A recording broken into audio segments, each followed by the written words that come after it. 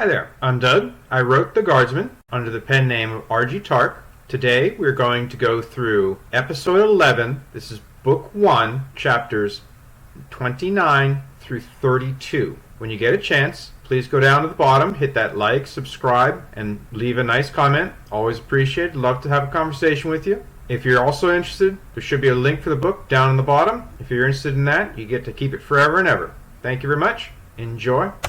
The Guardsman, Book 1, Honor of the Fallen, Episode 11, Chapters 29 through 32. Chapter 29.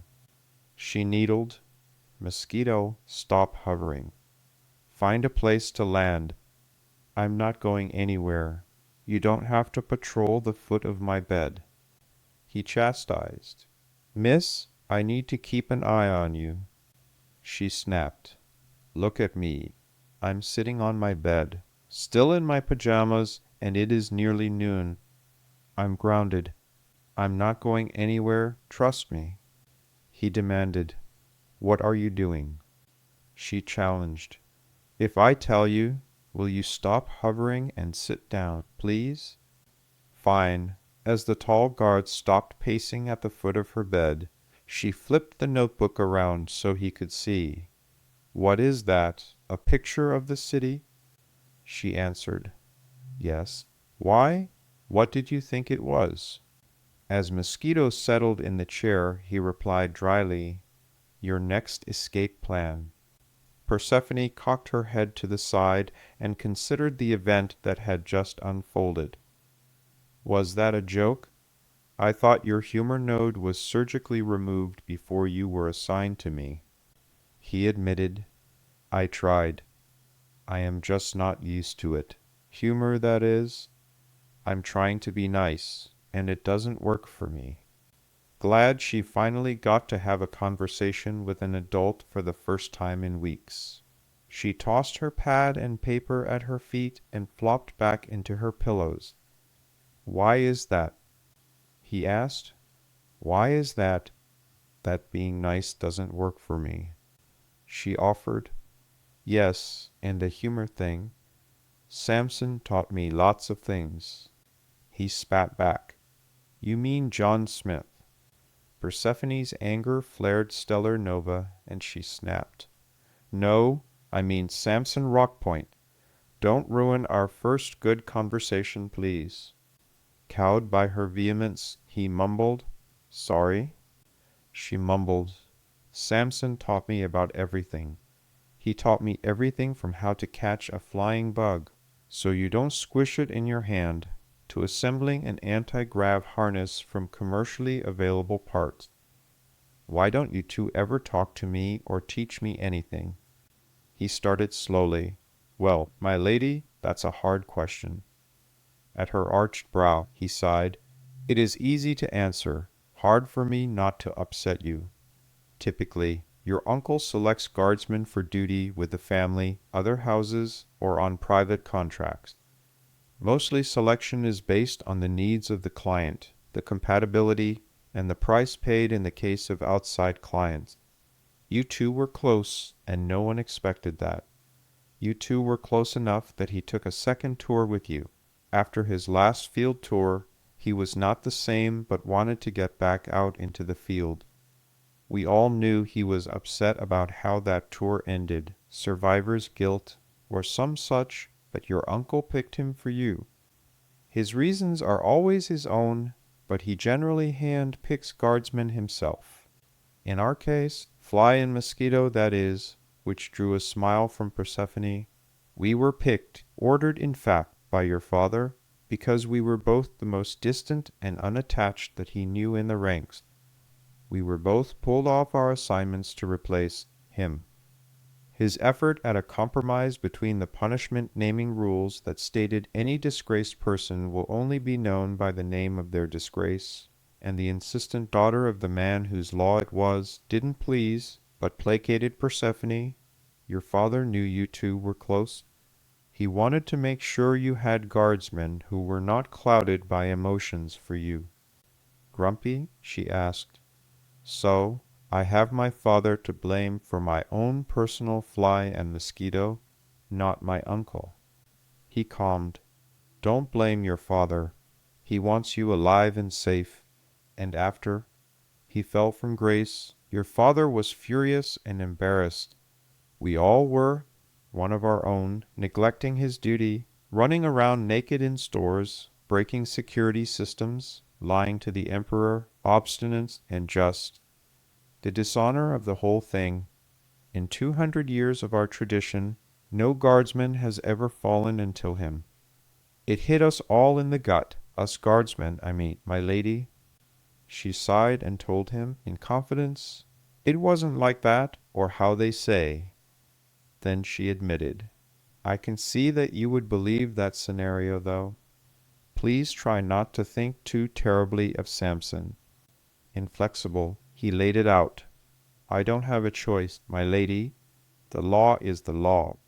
A disgraced man is a disgrace to himself and his family and stains all those around him. I cannot for the sake of my own honor allow a compromise of that principle, even for a second. The man who was before the dishonor is dead and gone. There is nothing left of him for any of us, no matter what we want to or did think about the man who was. Persephone curled up and buried herself in her pillows. She suddenly missed her Samson very much. Chapter 30. Fly, can I please go apologize to Angela today? He snapped. Stop calling me that. It's not my name. Persephone continued coloring the lines of her notebook page with her fine point pen, making sure everything was totally blacked on the lines she was working on, never to touch a blank line, or she would start over again. You answer to it well enough. It must be your name. She pushed some hair back from her eyes as she continued to lounge on her bed, in comfortable clothes, only a short step up from her pajamas. He corrected. My name is Guardsman, that is what you should call me. She shouted, Ah, now look what you made me do. She ripped out another ruined piece of paper, balled it, and threw it at him. She started over on the next page. Then tell me your real name, and I will use that one. Until then, you are Fly, and he is Mosquito. You two even insisted on sitting here and staring at me while I did my stretches and strength work. You two old lechers have seen more of me than professional trainers see of me in the health area. I want to go to the kitchens to apologize, and I want to know what your name is. Still stubborn, he snapped. My name is Guardsman. She mocked. You are so boring. No fun at all. The fly growled while pointing at her bathroom. Lady Persephone, the last time you had fun you almost killed yourself falling out that window. She scoffed dismissively. I had an anti-gravity harness. Infuriated, the powerfully built fly almost roared. They can fail. Yours was homemade. How are we supposed to keep you safe if you insist on reckless insanity like that stunt? She scoffed dismissively. Oh, please, and I might slip and die in the shower. It is the kitchens. I'll even let you come. Persephone finished her outline of the upper block she planned on coloring in, making sure it was perfect. She moved down 2 lines and started the process again. She had nothing but time, and she was bored. And she knew that persistence carved cliffs and waterfalls into mountains and built continents with fire and collision. And she had a lot of paper left, along with a few spare pens. Fly sighed as he paced. Mosquito had stopped pacing hours ago and had taken her advice after their conversation the evening before and sat. Persephone flopped to her side, grabbed a pillow and fluffed it under herself as she dug in for the long haul. She curled comfortably and finished her outline of the second black rectangle. She asked smoothly, We have been here all morning. Can we go now? No. She finished with a short edge. Now. No. She outlined the upper edge. Now. No. She finished with a short edge. Now? No. She worked on the bottom edge. Now. No. Hearing him fraying, she needled. I have 3 more pens after this one, you know. Through grinding teeth, he rasped, No, we are not going. She started coloring in. The door is open, and I'll scream rape. Mosquito barked a laugh, and Fly shot him an evil look. No, our instructions are to watch you and not to let you leave. Wicked curiosity spiked as she asked, Really? Those are your instructions? Fly snapped, Yes, those are our instructions exactly as spoken to us by Lord Croynos. Now stop pestering. Ignoring his admonition to stop pestering, If those are your orders, I can go anywhere I want as long as I don't leave the planet. You just have to watch me. The heavily muscled block of a man's hands balled into fists. You are not going to leave the planet. Smoothly, Persephone lawyered, Exactly, I won't be leaving, but your instructions don't say anything about the room. Only that I'm not supposed to leave. That could mean the whole palace for all you know. Persephone turned her notebook to use longer strokes for a time. The Fly snapped back. It is called the Citadel, and you don't know that. Summoning all of her spoiled heiress, she corrected. I want to call it the palace no matter what my granddad called the place. It is very pretty like a palace. It is up in the clouds like a palace, so I want to call it a palace. And you don't know either. Why don't you call and find out? She broke him, and he snapped. Fine, stop pestering. I'll be right back. He stepped out, pointing at her the whole time, reminding his teammate to watch her while he was gone. After a short, presumably irritated conversation, he returned. Get dressed. You have permission. With a deliberate sigh, Persephone capped her pen and tossed it to the Fly as he re-entered the room. When he caught it, she needled. See, that wasn't so hard now, was it? She stood on her bed, dropped the notebook, turned to the headboard wall, did a handstand, and rolled over backward into a twisting, falling back flip, to land facing her closet, before either guardsman was close enough to do a thing about it, but stare and curse her reckless insanity. By the time she had dressed in her windowless closet, the woman she wanted to visit had been located, but not alerted. Persephone wanted it to be a surprise. Up until that point, kitchens to Persephone had always been an exercise in they are over that way somewhere. They had decorative kitchens with fancy stoves and skilled culinary experts preparing treats for the palate, which were the subject of vid documentaries. Those were the ones Persephone had seen on vid shows. Then there were the guts of the kitchen.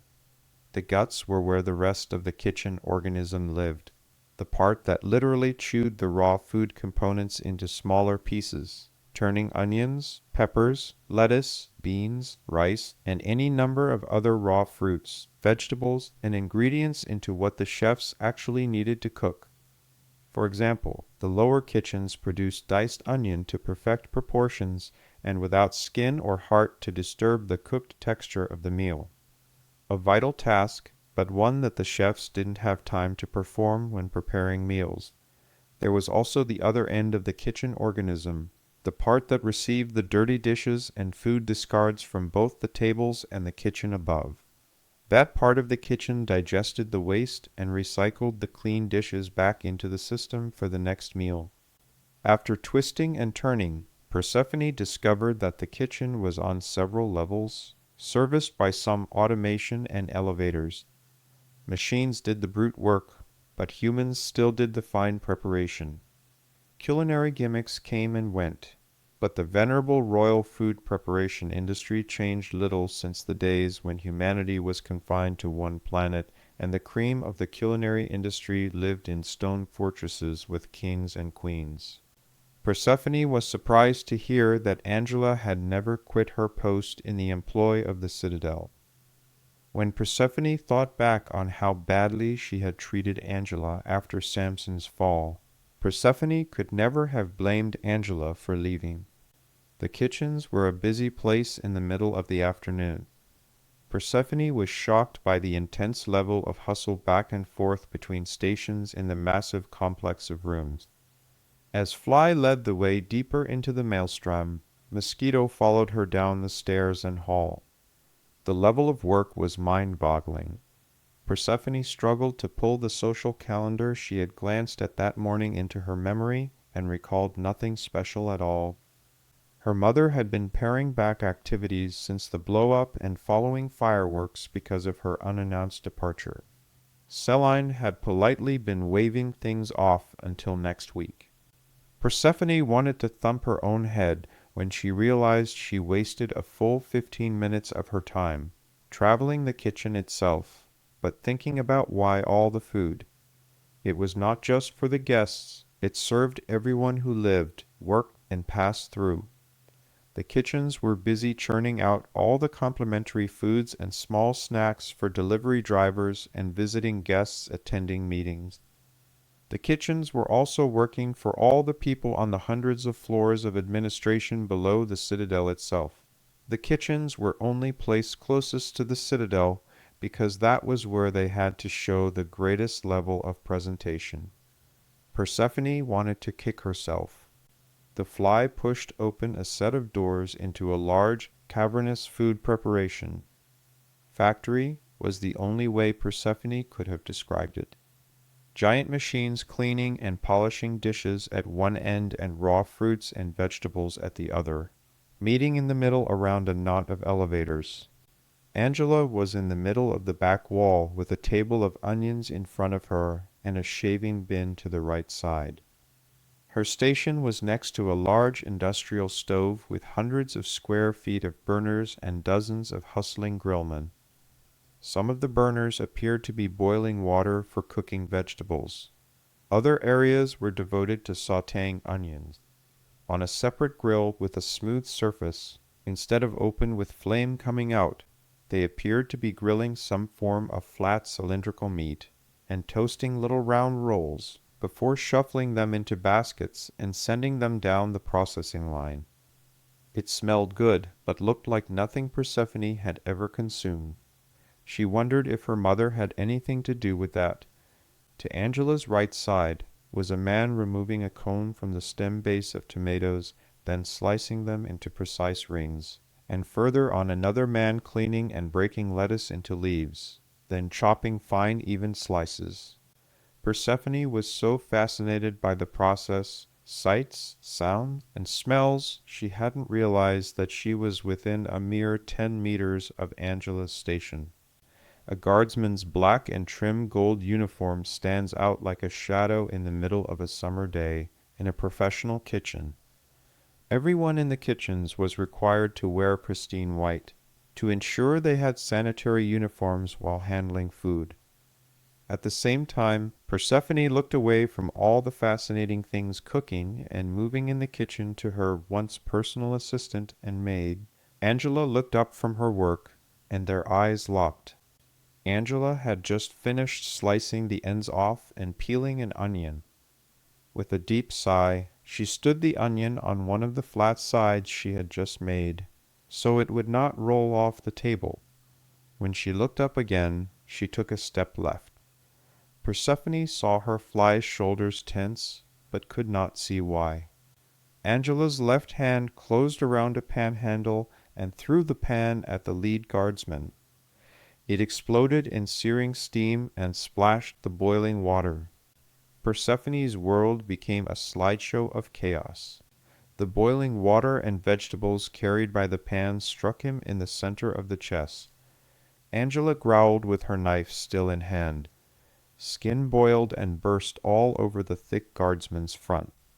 Angela shouldered violently past a cook, slamming him into the stove with her left fist.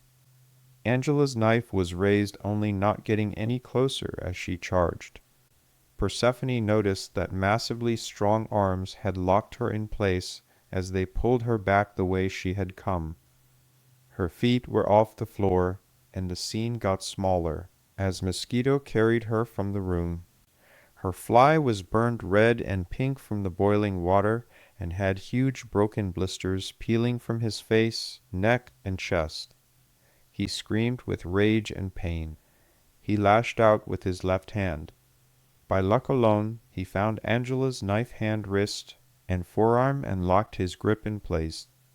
He swung his meaty right fist in a wild, blind swing. More blisters had broken and deformed over his eyes and face. The broken skin blanketed what was left of his horrifically burned eyes, and the blisters under the broken blisters continued to swell and horribly distort his face. He struck Angela's jaw violently. His wild punch drove her jaw crooked and out of socket, while crushing her teeth together. Her head spun to an almost impossible angle. The powerful guardsman's feet went out from under him as he slipped on the water and his head crashed into the stove. The blow dented the stove's metal frame. He had lost his balance in the excruciating pain and on the slippery floor. Angela went to the floor in a tangle with the guardsman who still held her arm. She landed extremely hard. Her back arched impossibly, and her legs and arms thrashed in every direction in hyperactive bone-cracking seizures. The crowd of cooks flocked to the three hurt and rendered what limited first aid they knew. Her crippled guardsman and Angela were lost in the crowd and the thunder of the approaching armored Home Guard security platoon. The platoon peeled off a squad to escort Persephone out to safety. The rest of the platoon kept their weapons at the ready as they established a perimeter and moved in to secure the area where the impromptu assassination attempt had nearly succeeded in assassinating the Empire's heiress. Chapter 31. Persephone had finally stopped shaking. She had moved a little beyond terrified, racking sobs of fear and guilt. Selene clung to her terrified daughter. She tucked and pulled pillows and blankets closer to her last living baby, her baby girl. Persephone had demanded to know what happened, and Selene had reluctantly asked a terrified and furious Philip to join them in Persephone's room. Philip took all communications in front of Persephone while the mess was being sorted by investigators at every level. Warsong, the Guardsman battle cruiser, had immediately deployed fighters and established a no-fly kill zone around the citadel for a 2-kilometer radius and all the way down past the fog to ground level. The fighters bolstered the already advanced and lethal security systems employed by the citadel. Warsong had dropped into low orbit over 2 hours ago and was set to support its fighters with its massive cannons. Warsong's targeting systems were easily capable of identifying, engaging, hitting, and destroying enemy ship and missile targets approaching at cosmic speeds. The warship had no trouble tracking every potential target from kilometers around the perimeter, from a stationary orbit, just a few kilometers above the citadel. The massive warship floated like some terrifying beast of legend that just hung in the sky above the capital city, waiting for prey. Its darkened mass shadowed the city, while it tracked the tens of thousands of targets that circled and detoured around the security perimeter. A nervous junior officer entered Persephone's room cautiously. 9 angry guardsmen tracked him as he entered the room. Philip's 8 all wore full armor and carried their weapon kits. He drew every eye and more attention than he would have had he just reported normally. The initial medical reports just arrived, Lord. The giant CEO demanded, "Spit it out, young man. What does it say?" "Caution to the wind," the intelligence officer reported. "It's not good, sir. The assassins should have succeeded." Philip snapped. "What?" The young man took a breath to calm his frayed nerves. "Yes, sir. It is not good.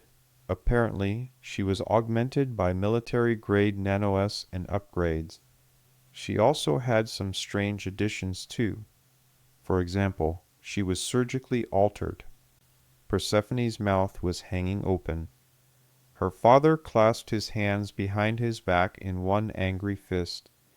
He asked so calmly he was more terrifying than if he had shouted, "Excuse me, how is that?" Words came to buy him time. Well, she had modifications, several different ones in fact. The junior officer took a deep breath and wiped his brow while collecting his thoughts as fast as he could. First, she was armored with a synthetic, non-metallic mesh augment we've never seen that would stop blades from penetrating her vital organs. That mesh formed a sort of invisible and flexible armor under her skin. She also had augmented strength and some kind of new aggression nano-S added to her blood.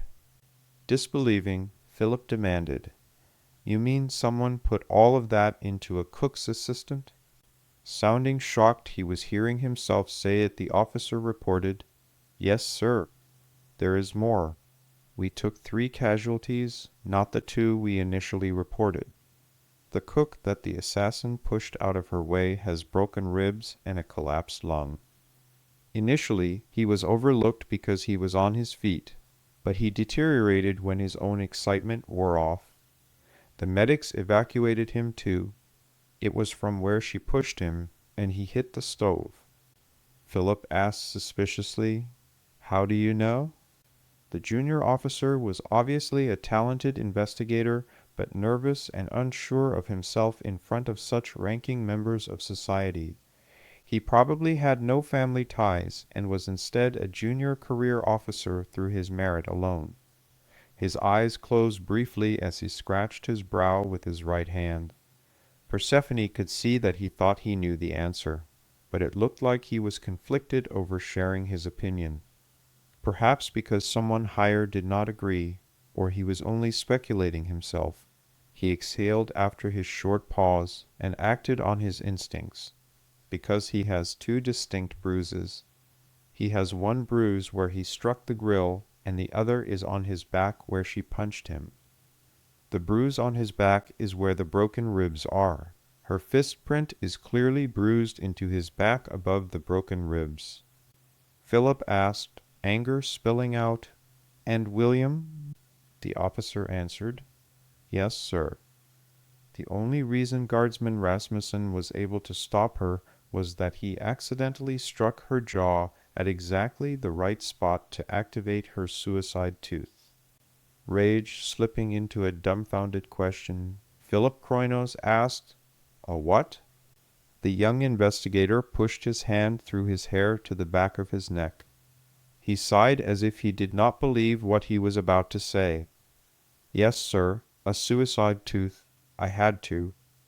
We had to dig pretty far back to find a reference to it. But it is an ancient trick used by old Earth pre-space flight intelligence services. It fell out of favor for so long, it is nearly forgotten. It was a method for agents to hide lethal compounds so they could avoid capture as a last resort. That tooth released or triggered a self-destruct mechanism in the woman's embedded nano-S. This tooth-mounted self-destruct was activated by either stopping her heart, or it had to be self-activated by an aware individual. All she had to do was bite down at just the right angle and pressure, and the tooth would trigger the self-destruct. Sir, the nano-S, turned on and consumed the host. They swarmed the brain first, but went after everything. The body was coming apart before we could get it to the medical center. The nano-S were set on a timed run, so they shut down after the body started eating itself. They only affected the host and didn't spread, so there was no cross-contamination. We will get nothing out of the body. We can't trace the brain or use any of our other forensic mental mapping techniques. I am afraid we will need to do time-consuming and old-fashioned detective work.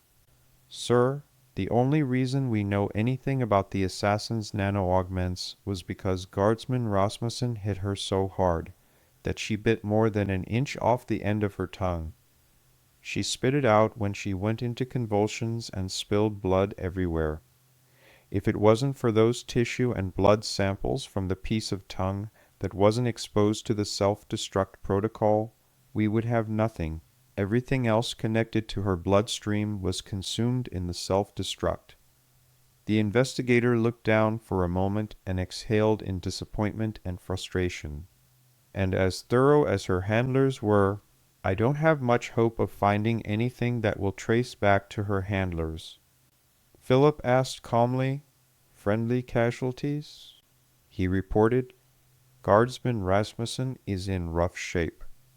Persephone cracked into racking tears and sobs again, which rattled the junior officer more than the razor-sharp eyes of her father. The interruption derailed him. His most serious injuries are the burns over so much of his body and the risk of infection they represent. He also has a concussion and probably massive vision damage. He is a guardsman, so his prognosis for recovery is extremely high. He will, however, be offline for a fairly long time. As you know, sir, eyes take forever to rebuild. All those nerve endings and... Philip snapped at what he already knew. Yes, get on with it. Nonplussed, the intelligence officer continued. The cook is responding well to standard treatment. He will be offline for a few days as his ribs mend normally, but he is not at risk of any long-term disability. Philip admitted, "Well, that is good news at least. I want to see both men tonight, and make sure the assistant cook receives all pay and allowances while on disability. I need time to think and be alone with my family. I want everyone out. Bryce, I want you to search the room, no stragglers, and close the door on your way out." Her taller guardsman snapped, "Yes, sir." After the guardsman's reluctant exodus and the door closed, Persephone sobbed, "William, I always called him Fly." Completely confused, her mother asked, "Persephone, why would you ever call him that?" Her father and mother listened with perverse interest, waiting for the punchline to that particular joke. Distraught, she answered, "Because they wouldn't tell me their names, and because Bryce and William are always buzzing around and bothering me. I called them Mosquito and Fly."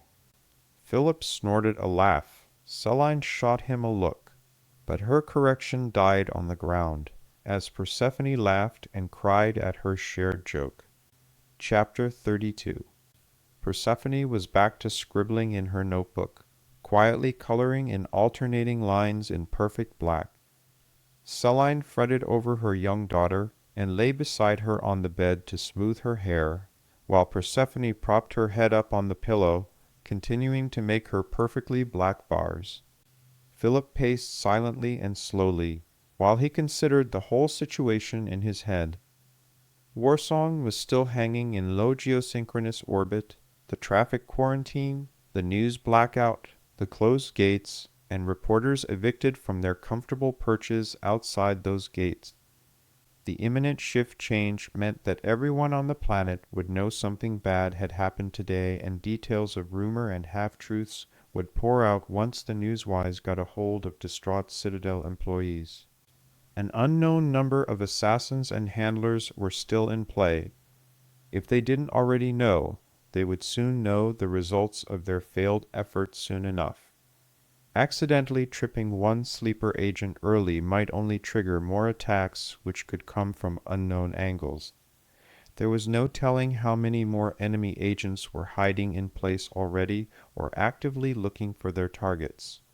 Persephone and he had already discussed this. The enemy's target needed to become harder to hit.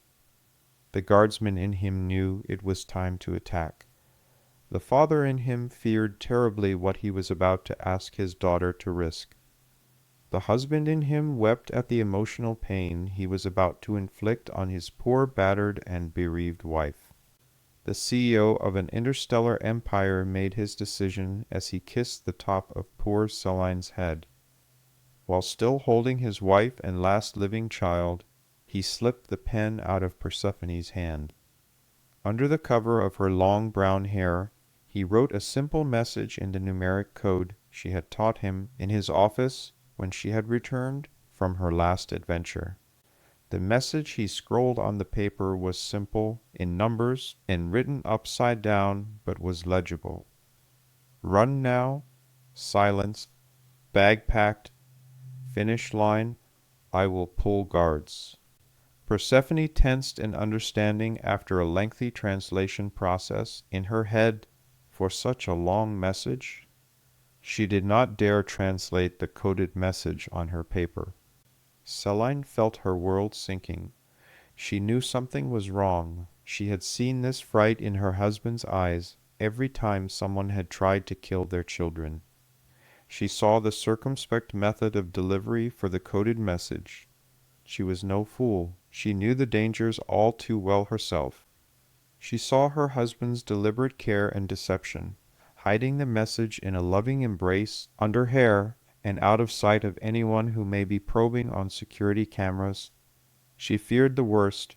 She did not know anything, but she knew everything was wrong and something was happening. Seline remained silent and still as a grave. With a shuddering, shaky exhale, Persephone returned to her game of filling in blocks on her paper. She used more haste and less care for the outlines. Most of her attention was focused on keeping her hair around the notebook and the line with his message. Her father stood to pace. His slow, deliberate strides and chin-stroking hand masked his steady glances at her progress on the bar. His message disappeared under thick black ink and pressure from the point of the pen. She repeatedly covered the numbers with more pressure and more ink. Philip finished his last space and looked at his young daughter one last time before continuing to the door. As it opened silently, "Bryce, please come with me. We have some work to do. We need to make some adjustments to my daughter's security." Anything that followed during that conversation was muffled by the silent seal of the door. Persephone slapped the pages of the notebook together and closed it. She noticed absently how many pages she had actually colored in using her alternating monochrome. She sent the notebook on a spinning, flapping, and page-flattering flight toward her desk. It crashed into the wall and various secretarial objects were kept there. The flipping pen rolled through the air and followed the notebook as she flicked her thumb over her index finger, flipping the pen out of her hand. Her ever-polite and proper mother groused, "Persephone, don't throw things like that." Persephone just watched her and smiled as she stretched luxuriously on her comfortable bed.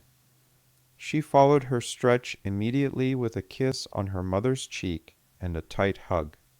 Upon releasing her mother, both hands fell to the mattress beside her. She stretched her face down her legs and began to curl her feet back to her head. Her curious mother remained still and confused until Persephone's flexible legs and feet were over her head and began to rise vertically. Her head and chest rocked forward over the shared pillow. The startled mother could only manage, "Persephone?" The daughter smiled as her hair fell from her face, and she pushed up from a backward curve to a candlestick, then to a handstand. She fell backward, landing on both feet at a walk facing her closet. "Young lady, don't you ever let me see you do that ever again. Do you hear me?" Persephone acknowledged. "All right, Mom. Next time I will ask you to close your eyes." Her mother snapped, "Persephone Apollonia Kroinos, you know damn well what I mean. I will not close my eyes to that insanity. You will break your neck doing that sort of craziness." Persephone countered, "No, I won't," as she disappeared into the closet. "I've been doing it for years. I haven't broken my neck yet." Seline stormed after her impertinent daughter. finally gathering her considerable but unnerved wits and running her down, she entered the closet at full steam. "Young lady, I don't care how many years you have been doing that. There is always a first time for everything, and that first time will be you breaking your neck." The travel pack was in place. Tomies and Philip had spent weeks smuggling items into her closet during inspections.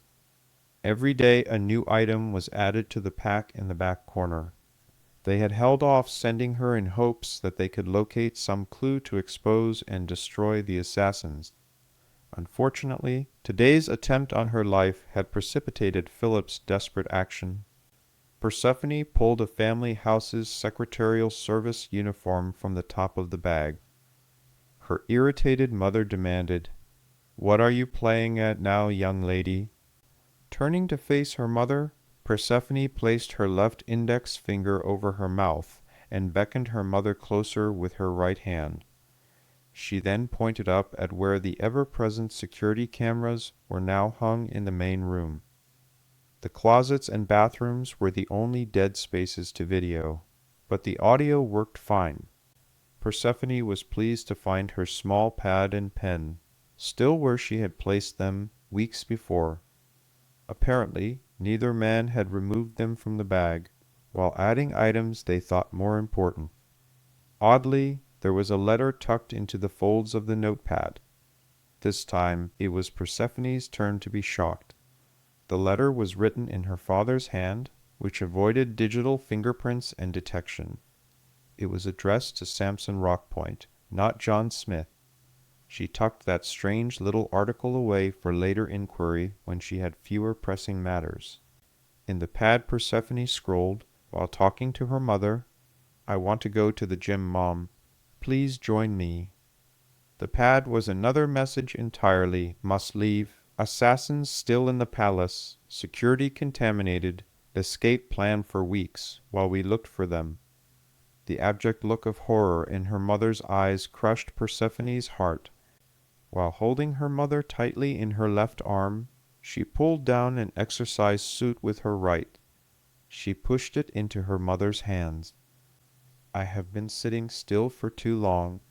I want to go to the sauna rather than our private gym. I hope you will join me." Taking the cue, her mother replied, "I suppose, Persephone, I have been too long without going myself." Persephone was already stripping off her comfortable clothing and replacing them quickly with the secretarial uniform top, skirt, and her black soft-soled shoes. Her mother began to quickly change, following her daughter's lead. The travel pack disappeared into a large gym tote bag. Persephone shoved pieces of her mother's and her clothing into the bag and overstuffed the main compartment. The bag would not close properly, and articles of clothing hung free at the closure. Persephone wrapped herself in a large fuzzy sauna robe, covering the secretarial uniform, and slung the decoy bag with its precious travel pack cargo, hidden under the gym-related articles, over her shoulder. Persephone smiled a sad smile at her mother. A tear dripped from her mother's careworn, but still stunning, face, while she softly caressed her daughter's own face. The pain of watching 4 of her babies die horribly, and her last coming so close this very day, had Seline's hands and eyes trembling. Much more confidently and brighter than she felt, Persephone chirped, "Ready to go get our workouts started, Mom?" Her mother answered, "Yes, dear. It will be much better than me watching you try and break your neck." She smiled as she wiped away her last tear, stood tall, and recalled her finishing school posture and composure lessons. Seline's 2 guardsmen split at the women's gym locker room door. One remained at the locker room entry, and the other went around to the gym side door to wait for the women. Persephone's sauna habit irked her mother, who believed all that steam and heat was unnecessary for a proper and ladylike woman. Seline had forbidden the construction of a sauna in their private gym. It was a fortuitous condition for Persephone to make her escape. She stowed the decoy bag in a locker, along with the sauna rope. Persephone donned her uniform cap and pulled her hair up, tucking in most but leaving clumps to fall raggedly. Persephone became just another haggard shift worker after a long day of rumors and stress. Selene watched in shock and horror as Persephone shrank 2 inches, hunched, rolled her shoulders in, and stooped her neck to shave off yet more height. Persephone pulled the official employment badge, listing her as a member of the House Secretarial Pool, complete with her picture on it, from her uniform's skirt pocket. She clipped the identification badge to the left breast pocket. She looked at her mother. Persephone teased her mother in the unmonitored and quiet corner of the women's locker room. "Why, Lady Selene Udell, you look as if you have seen a ghost." Shocked, Selene mumbled, "Apparently I have." Selene whispered back, "I would hardly recognize you, and you are my own daughter. You turned into a stranger right in front of my eyes." Persephone teased back in a whisper, "You say that like it is the first time I have snuck out." Mother responded flat and serious, "Look how well it turned out when you snuck out. The whole place was in an uproar looking for you." Persephone teased, "Why, Mother," Persephone replied coyly, "you say that like that was the only time I ever snuck out." Shocked and irritated Selene demanded, "You mean you have done this more than once? But you got caught." Teasing, Persephone responded, "Correction, I walked in the front gate on purpose, just to be a nuisance. I've been sneaking in and out at will since I was 16. I've done it hundreds of times." Persephone kissed her mortified mother's cheek before smiling, turning, and disappearing into the twisting, turning warren of lockers. Thank you very much for your attention. Appreciate your listening. When you get a chance, please come and hit the like, subscribe, leave a comment, and check out the book for real down in the description.